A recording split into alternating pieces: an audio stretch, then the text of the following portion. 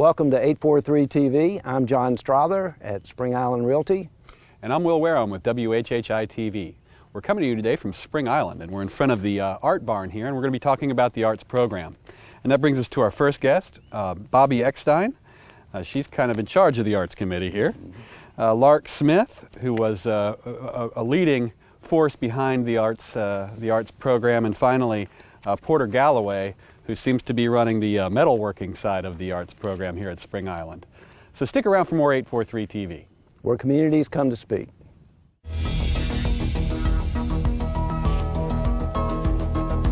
(843) TV, where Bluffton comes to speak. Where Spring Island comes to speak. Where Hilton Head Island comes to speak. Where Beaufort comes to speak.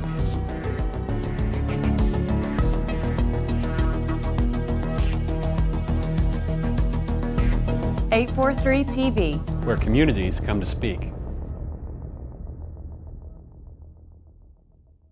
Welcome to 843 TV. Today we're joined by Bobby Eckstein, John Strother, Lark Smith, and Porter Galloway. Thank you all for being here. Thank you. Thanks for having us. Absolutely. We're here on Spring Island, and we're in front of the Art Barn. And Bobby, let's start with you. You're on the Spring Island Board. Yes, And you're chair of the Arts Committee. I am. Can you tell us a little bit about how the Arts and the Arts Committee and some of the arts programs here got started on Spring Island? Yes. Betsy Chafin started the program in the early 90s, and she invited artists to come to visit Spring Island, and some of them were artists in residence, and they donated some of their artwork to Spring Island, and we have an outstanding collection in Spring Island. And then other artists were teaching artists, and they taught in various mediums, and that's how our workshop program started. Okay.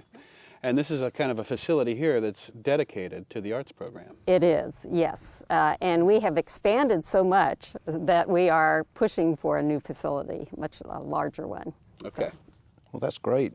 I know that over 25 years it started with just an artist coming and doing a painting, maybe donating that, and then leaving. And can you tell us a little bit about how it's developed and how many people just participate in our different programs? It's really important. In our programs Yeah. now, we have 100 people that take part in our different workshops and come to see the different exhibits that we put on. Mm-hmm. And our artists exhibit in the Sports Center. We have these 12 by 12s, and they also, the photography group has a gallery in the Sports Center, and we exhibit at in the Port Royal Sound. We have exhibited there, and we have other means that they can, and they come and take the workshops too. Mm-hmm. So we have the workshops right here on the island, and they don't have to go anywhere. So it's a whole lot more convenient than traveling Sure. a long ways. Yeah. and we try to keep them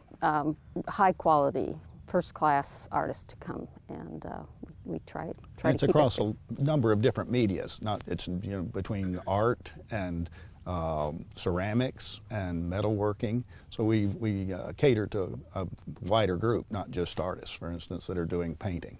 And weaving, I know weaving, I mean, it's we just just had incredible. that. Textiles. Just had right. that, and that was really well received. And Yeah. there was a man in it even, believe it or not. I know, I Lots saw of times that. we have a hard time getting men in the workshops, except for metalworking, and there was a gentleman who took the class Yeah. and thoroughly enjoyed it. Isn't that great? He wove something with a baseball bat in it. Oh, cool. He was very creative. One of the things that's interesting, there's a number of the people who come here have never done art before or done any kind of ceramics or painting or metalworking, and it gives them a chance to try it out, and often they're fantastic. I know of a couple that were shocked that they turned into very good painters or very good ceramics people. Mm-hmm. Well, to me, this is a small community. And to have such a large number of people that participate in it show that, people they feel comfortable coming in because they're trying something new amongst friends. They're not having to travel a long distance or anything like that. And everybody's so supportive. Well, that was the original mission of the program, that it promoted a sense of community and sociability, and so that's what the mission is too. And to combine nature and arts is another mission. It really develops a sense of, I feel a lot of camaraderie with the people that we do it with. Yes. And a lot of times, you know, they want to come, and sometimes they don't do too much, but they talk. They enjoy talking to each other, learning from that, and it's an experience just in itself of talking to other people and enjoying it. And I think we have very high-end instructors that come here that help us learn how to do these things. And I think that's been one of the benefits I've seen since I've been involved in the arts program. Yeah. It's fine art. I mean, it's not. I mean, yeah. I've seen the stuff y'all do. It's not crafts. I mean, y'all have really developed into. Yeah, a it really fine is. art Well, and program. we're even experimenting with things like in March we have a man named Hawk Hurst coming, and he's going to teach making a Native American flute and how to play it. So we're continuing to expand into some other kind of unusual things that we, not just painting and clay and metalworking, and that's fun for the membership too, because they get an opportunity to see somebody that's really unusual. Yeah, absolutely. Yeah. So, you know, you've got all of this activity going on with the arts program. How does the talent and work get displayed? How does it get seen? Are there opportunities to showcase some of this work? Absolutely, and as I said before, we do exhibit in the sports complex, and then we have exhibited at the Port Royal Sound, Right. and then a new exhibit is coming up in Hilton Head. It's the Coastal Discovery Museum, and that will be for 2 months, March and April. So Okay. they'll be exhibiting there, and so I think Lark, you were going to talk a little bit Yeah, more I'll about talk a that. little bit about that. But the other thing that we have, which is a lot of fun, that's more internal to Spring Island and not off island, is every other year we do something called the Showcase of Spring Island Artists, where anybody on the island who does any kind of artwork, and it literally can be anything, it can be furniture making, painting, whatever, we turn this art barn into a fabulous looking gallery.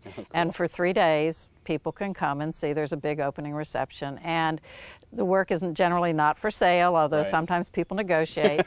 But a lot of people have stuff that they just love that they've made, and they Right. won't sell it. You And know, that's they don't coming, want to that's sell coming it. up in February. Very So, cool. so that's something special. too. Yeah, it really is. It's a big deal for us. That's a great display. I mean, last year or 2 years ago, it was fantastic. I couldn't believe. And can't believe what professional people the do. quality of Oh, the yeah. work. Yeah, and it helps us know our neighbors and Sure. what they do too. So it's exciting to see what people are doing. Got to be a lot of fun. It Well, is. that's fantastic. Can y'all stick around for another segment? Sure. All right. We hope you will too. Stick around for another segment of 843 TV.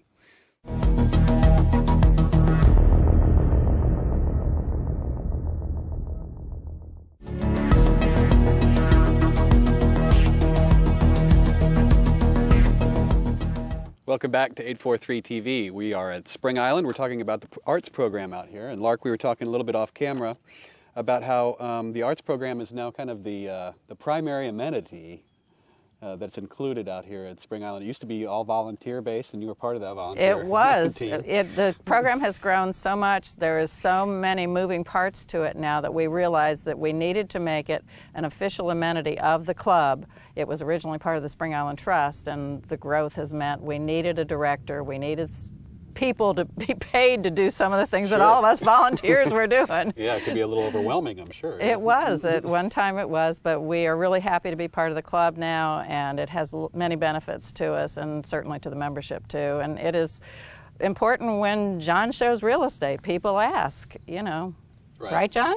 They do. It's the biggest differentiator that we have because no one really has a program like this. We have developers that come from all over the country that are looking at Spring Island because, you know, what are you doing here? We're really the gold standard when it comes to nice. wide range of amenities. And, you know, we're lucky because we've got the land, we have the facilities. I mean, this is an old quail hatchery that we converted to an art barn. And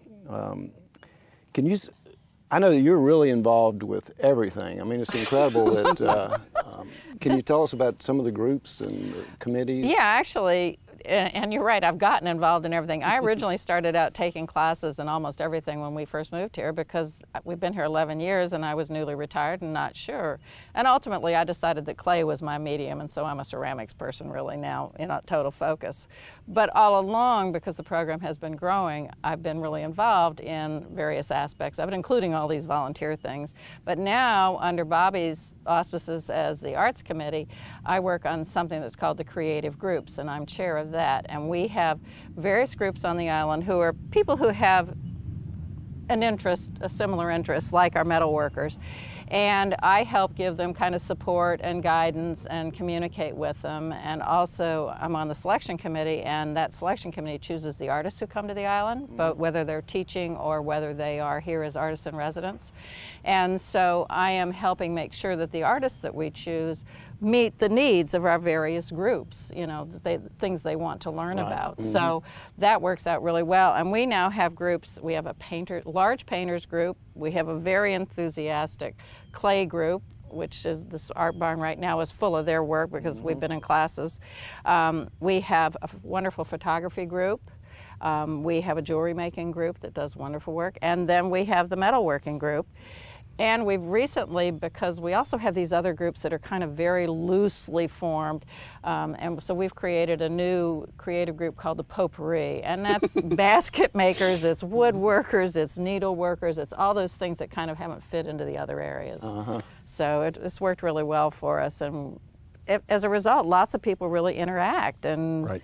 There's this camaraderie that I mentioned earlier that ends up, you know, people who aren't really initially interested in maybe ceramics, they might be doing metalworking, but then they think, well, somebody I met in the metalworking group is also doing ceramics. I think I'll go and do ceramics. And they find out they really like that. And one of the things that's interesting to me is people, well, for instance, a lot like Clark did, they take a lot of different classes to start with, and then they select one that they really like. But I know of at least a few that are still taking 3 or 4 on a regular basis and occupying their time. So it's interesting that it appeals to all different levels, basically. Well, what did you do before you came here?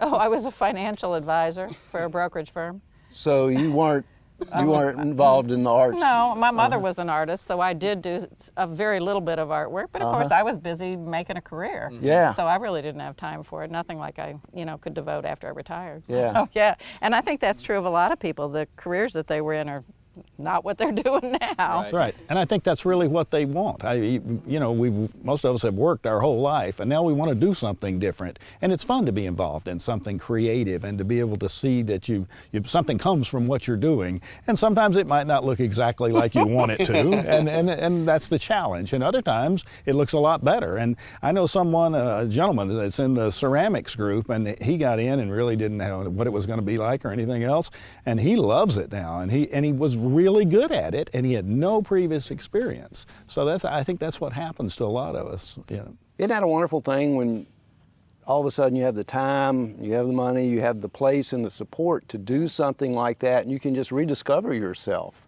And that's really... Absolutely. Lifelong learning. We talked about the lifelong learning and exploring your creative side, I always say. And it feeds off because of all these opportunities we have to show, like this Coastal Discovery Museum event that's coming up. That's March and April, and all of our artists get to participate, those that want to.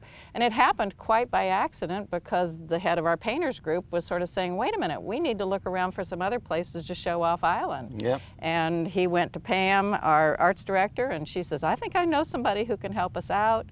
That led to the Coastal Discovery thing, and the person there, whose name is Natalie Hefter, she was very excited about it because she said the message from both of these organizations is kind of the same. It's nature and arts.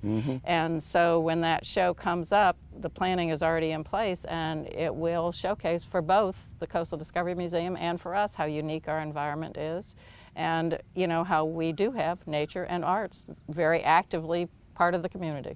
Yeah, they're all just woven together. Yeah, it's going to be great. I think that's one of the great things about Spring Island is you really have an opportunity. Whether you're a photographer, there's all kinds of things to photograph here, from the scenery to the animals to butterflies, dragonflies, macro photography. Obviously have a great facility for the ceramics work. We have a great facility for the metalworking location. So all these different crafts or I should say arts are available because of the facilities that we have here on Spring Island. You might not have that, for instance, if you lived in the city or if you were in a different location, but it's made available because of the type of place we live in here. Well, I think the neat thing is that you don't have to travel somewhere. You don't have to walk into a room with a bunch of strangers. And I mean, you're in a supportive environment the whole way, so that fosters the It fosters a lot of collaboration too. It does. Then you can walk right out your back door and do most of it, John. Yeah. Or take your golf cart over there and Right. enjoy it. Yeah. All right. Well, if y'all wouldn't mind sticking around for one more segment, we'd love to talk a little bit more with you about the arts program and some of the other amenities at Spring Island. So we hope you stick around for one more segment of 843 TV.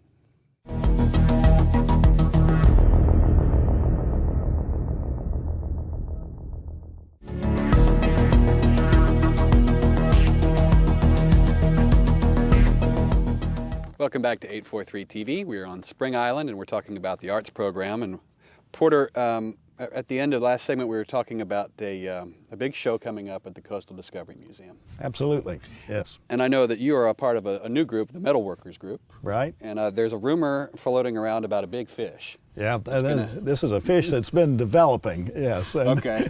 Can you tell us a little bit about this Sure, fish? love to. The fish initially was going to be a solid 12-foot high fish. We quickly understood our limitations, and as a result of it, we became a little thought of something different, and we thought we've got looking for something that's going to be more artistic rather than just looking like a fish. So we're ending up with something that's on a large fishing rod that's about 12 foot tall, and it's a large wind chime that still represents the outside of a redfish, and it will be in the middle of the Coastal Museum exhibit, so it will be the centerpiece that's going to be displayed there. Okay. And because we are a new group, we had a lot of challenges because we had to learn how to use a forge and bend the things correctly, and how to outline the fish when we were cutting it out. Sure. So there were a lot of limitations that we experienced, but we're overcoming them, and we're going to have a fish by the time it opens. And it's actually a wind chime. And it is a working wind chime that's going to be in the key of F for Key of fish. F for fish. Exactly. And it started, we had a workshop instructor come, and I think that's how your group started. That's exactly right. Yeah, Bobby, it was almost by accident that we got started, because there was a artist coming here who was teaching ceramics, Missy from up in Maine, and she brought her husband with her, and he happened to be someone who taught metalworking and also was a blacksmith. And so we ended up getting 4 or 5 people together, and the arts group said, let him teach a class. So myself, I had just moved here the month before, so I went along with 3 or 4 other individuals, and Eric Zingert gave us this class and really got us started and created the interest in doing metalworking. And since that time, now we've grown, and we have a nucleus of very active people and a number of other members now that come in periodically to help and work with us. And we've just recently moved into a facility that's associated with the maintenance shop, because we can't have metalworking going on here where artists are trying to create, Right, and it's a little louder. in a different environment. But we do have a nice facility now where we are building the fish, and we're building another fish for the fitness center to hang some accessories on for a device over there. So we're expanding as we go along. Well, so you just jumped right in. You moved in here and you jumped right into metalworking, huh? Jumped right into it, yes, yes. And as we talked about earlier, I had no previous experience with it, and we actually had one individual who did have some experience, and he moved here about 6 months after me, and we didn't have much equipment yet. Yeah. But he had metal shop up at his home. He donated all of his metal that he had, and he donated all of the working equipment he had. Wow. And then after that, we had to go out and buy a lot of equipment. So we have a plasma cutter, we have 3 welding machines. We just recently acquired a forge, so we can do blacksmithing. And I have no idea what they are. it's many of these things, and we've had to learn about how to Right. use them. Right. And safety is what has always been our major concern. And that's what we learned from Eric, was how to do this safely. And the creative part will come along. Sure, sure. Well, I forget what I was going to say, but is it just men in this group? No, absolutely not. We actually, when the class was taught by Eric, we've now had 2 classes from him. The second one was more formal, and we actually had 3 women in that class. The first time it was just myself, 2 other women, and 1 other man. Really? Yeah, so it was 50-50. And we do have another real active member, a lady who works with us on our different pieces of it, and she helps the creative part. She's actually actually an artist and also a ceramics person. So she helps us sometimes in drawing out what we need to do and things like that. Yeah. And we expect that there have been a lot of interest shown from other women, but now that we're in a permanent facility, we expect that number to go up, and they really like the sparks. You know, you get a lot of sparks when you're when you're cutting the metal and when you're doing the welding. That's yes. good. Yes. Sparks are important. So I find it that's just great. fascinating that, like, I mean, Lark, you mentioned you're ceramics I'm focused clay. now, and I am. you're metal focused now. But and Bobby, or do you have a special And ceramics and, Ceramics, too? and photography.